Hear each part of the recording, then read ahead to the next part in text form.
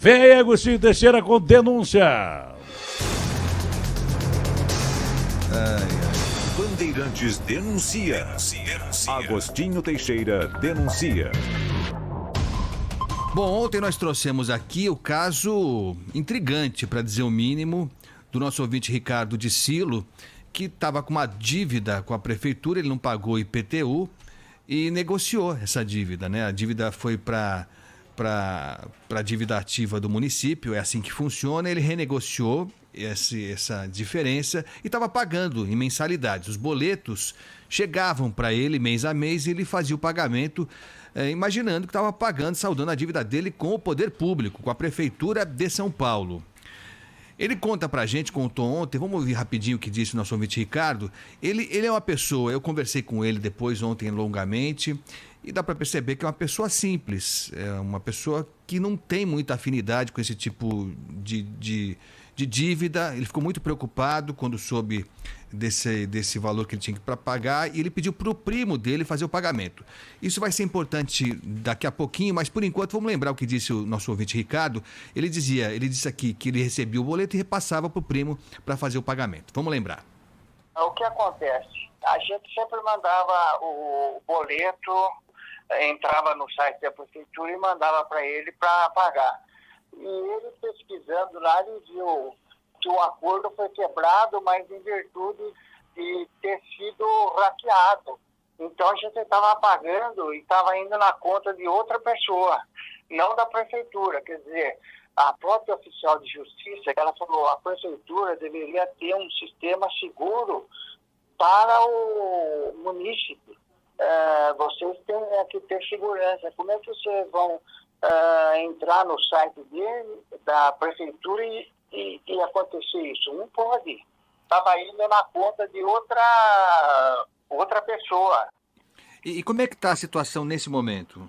Não, assim, a minha situação é a seguinte: a oficial de justiça entrou em contato com a prefeitura e, assim, a própria oficial de justiça falou, você procura um advogado e tal, para que a prefeitura tem que indenizar vocês. Mas assim, até indenizar e tal, e depois nós tivemos ideia de entrar em contato aí com vocês, né? Pois é, o seu Ricardo agora se estiver nessa situação, ele é enganado, é alvo de um golpe e é orientado agora a ele procurar um advogado, pagar um advogado para tentar resolver essa situação que não foi ele que criou. Bom, nós conseguimos ontem falar com o primo do seu Ricardo, o seu Luiz Fernando, que é uma pessoa que é mais afeta a esse tipo de transação bancária, e ele contou pra gente, da Atena, ouvintes, como é que aconteceu. Ele de fato estava ajudando o primo a fazer os pagamentos, ele recebia os boletos do primo e fazia o pagamento. Isso aconteceu ao longo do ano todo, até que ele, o seu Luiz Fernando, percebeu que o boleto, um dos boletos era um pouco diferente. Ele foi perspicaz e percebeu que um dos boletos era diferente dos originais, dos primeiros.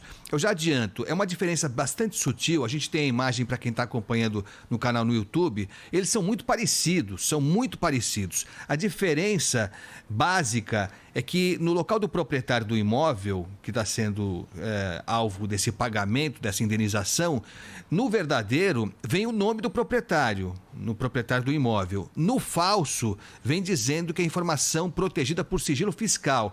Mas olha, eu olhando com atenção tenho dificuldade em perceber. Você imagina um cidadão que está pagando normalmente, ele não vai pensar nunca que de repente o boleto que chegava, que era verdadeiro, foi trocado por um falso. Mas vamos ouvir o seu Luiz Fernando, que era quem pagava o boleto, e ele conta como é que foi que ele percebeu que alguma coisa estranha estava acontecendo.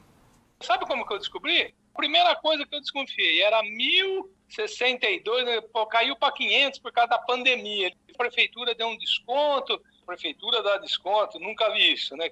Fui lá e paguei, na correria, né? Aí acabei de pagar, vim aqui, tinha esse negócio aí, sigilo. Aí fui ver, não tinha o nome dele. Sim, quer dizer, o senhor desconfiou já pelo valor que tinha diminuído? Sim. Depois eu vi, não tinha o nome do pai dele, que vem o CPF, esse negócio não tinha, né? Eu falei, tem coisa errada aqui. E ele já tinha me mandado uns 4 boletos desse aí para pagar. Prefeitura Municipal de São Paulo, código de barra tal.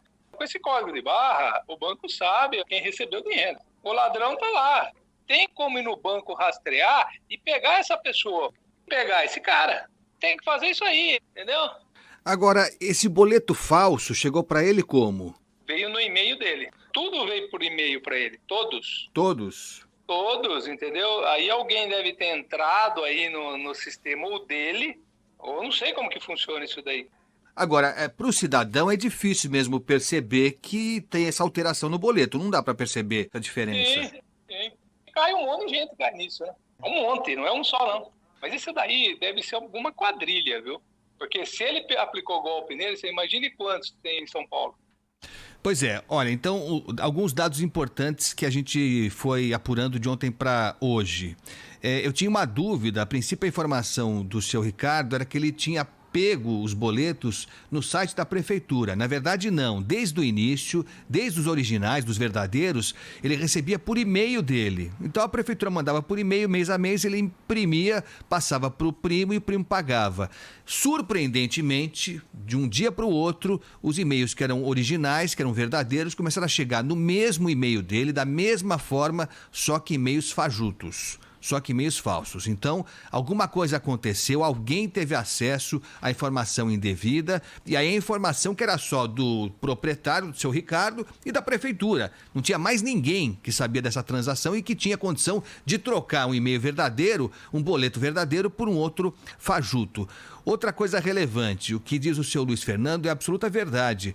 Pelos boletos, você tem o código de barra.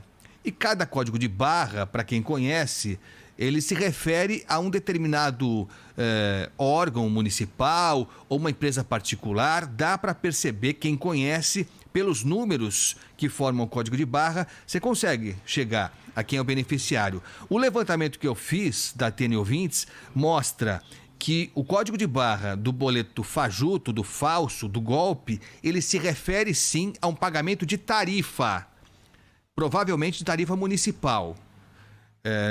Então, não é um código de barra aleatório de um particular, de um privado. Não, ele se refere ao pagamento de uma tarifa pública. Então, há uma suspeita, ainda não confirmada, de que, na verdade, com essa adulteração, o seu Ricardo ele pagou o imposto de uma outra pessoa, uma tarifa pública de uma outra pessoa, não a dele, referente ao IPTU dele. Isso a gente repassou da Atena para a Prefeitura de São Paulo. É um caso que a Procuradoria-Geral do município diz que tem a competência de apurar, e a gente espera que isso aconteça mesmo. Primeiro, que se identifique quem é que está ganhando dinheiro com isso, quem é que está pagando suas contas particulares com isso. Isso tem que ser identificado, quem é o autor desse crime, saber como é que esse cidadão ou essas pessoas ou essa quadrilha essas pessoas conseguiram os dados do seu Ricardo e, mais do que isso, né, Datena, entrar nesse circuito que era formado só pelo cidadão, pelo proprietário do imóvel e pela prefeitura. E também é importante que seja ressarcido o dono do imóvel, né, porque ele pagou de boa fé num sistema criado pela própria prefeitura, que foi adulterado, possivelmente por uma facilitação com dolo ou com culpa. Não sei se alguém da prefeitura fez intencionalmente ou fez por incompetência, mas permitiu que esse bandido, que esse criminoso entrasse nesse esquema e roubasse, na verdade, tanto a prefeitura, como você falou, né, Datena, como o cidadão, o seu Ricardo, que por enquanto gastou o dinheiro e a dívida dele com a prefeitura continua a mesma. O lance é o seguinte: primeiro precisa saber se tem ladrão dentro da prefeitura, se tem algum cara usando o sistema da prefeitura para facilitar esse golpe aí, né? Porque normalmente acontece isso, é alguém de dentro da instituição que facilita dados de pessoas que são enganadas. Segundo, que eu estou preocupado com o Ricardo, mas estou preocupado mais ainda com os outros que foram lesados, a gente não sabe. E estou mais preocupado ainda com quanto roubaram dos munícipes e da prefeitura. PTU já é um absurdo para muita gente que não tem condição de pagar e paga, não é? Quanto mais roubar dos caras. Bom, se você tiver denúncia, ligue para o WhatsApp aí que nós vamos receber.